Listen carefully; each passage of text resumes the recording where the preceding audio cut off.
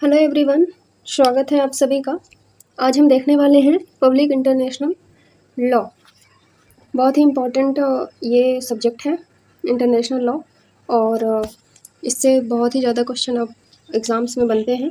चाहे आप किसी भी एग्ज़ाम की प्रिपरेशन कर रहे हो, चाहे LLB BLLB, है ना, इनमें भी ये क्लास आप लोगों के लिए यूजफुल रहेगी।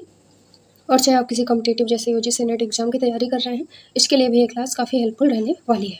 ठीक है, तो पहले देख लेते हैं पब्लिक इंटरनेशनल लॉ आखिर है क्या। Public international law concern itself only with question of rights between several nation, ठीक है, and the citizen of subjects of other Nations. In contrast, private international law deals with controversies between private persons, natural or judicial, arising out of situation having significant relationship to more than one। मतलब हमें इस परिभाषा से समझ में आया कि public international law जो है तो वो अलग अलग देशों में इस प्रकार के उनके कंट्रोवर्सीज हैं, उनके बीच के किसी भी तरह के नेचुरल या जुडिशियल जो सिचुएशन अराइज होती हैं उनको डील करने के लिए पब्लिक इंटरनेशनल लॉ बनाया गया। ठीक है, वर्ल्ड वाइड नेचर पे। देखिए, ब्रिटिश जूरिस्ट जो है जर्मी बेंथम, इनका नाम आप लोगों ने ज़रूर सुना होगा जूरिस्प्रूडेंस में। ठीक है, जर्मी बेंथम जो है तो उन्होंने पहली बार यूज किया था इंटरनेशनल लॉ। ये कई बार एग्जाम में आया है फॉर द फर्स्ट टाइम 1780 में। ये इसकी डेट भी पूछी जाती है, इसीलिए मैंने इसको ज़्यादा हाईलाइट करने के लिए डिफरेंट इसको हाईलाइट किया है। फिर अलग अलग वैज्ञानिकों ने, अलग अलग जूरिस्ट ने अलग अलग डेफिनेशन दी हैं पब्लिक इंटरनेशनल लॉ की।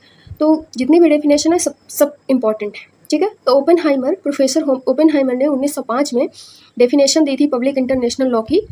उन्होंने कहा public international law law of nation है, और international law is the name for the body of customary and conventional rule. जो इंटरनेशनल लॉ है वो एक कस्टमरी एंड कन्वेंशनल रूल है which are considered legally binding by civilised nation. तो आप लोगों को समझ में आया कि पब्लिक जो ओपेनहाइमर थे उन्होंने इंटरनेशनल लॉ को क्या कहा, कस्टमरी एंड कन्वेंशनल रूल कहा। देखिए, इतने सारे जूरिस्ट हैं, सबकी डेफिनेशन याद करना थोड़ा मुश्किल हो जाता है, इसीलिए इसको ऐसे याद रखिए कि ओपेनहाइमर ने कन्वेंशनल, कस्टमरी और कन्वेंशनल रूल कहा है इंटरनेशनल लॉ को।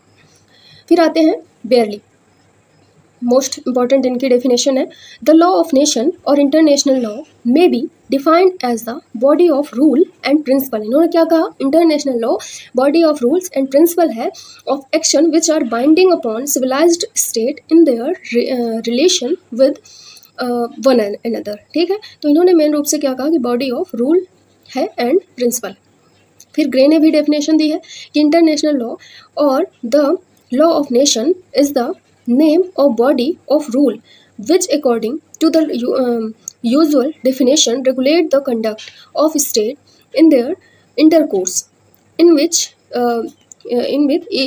with each other।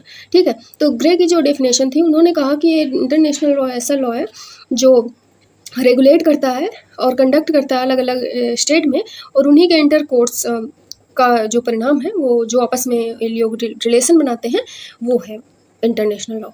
स्टार्क ने क्या कहा, international law may be defined as the body of the law which is composed for its greater part of the principles and rule of conduct which state feel themselves bound to observe and therefore do commonly observe in their relation with each other and which include also.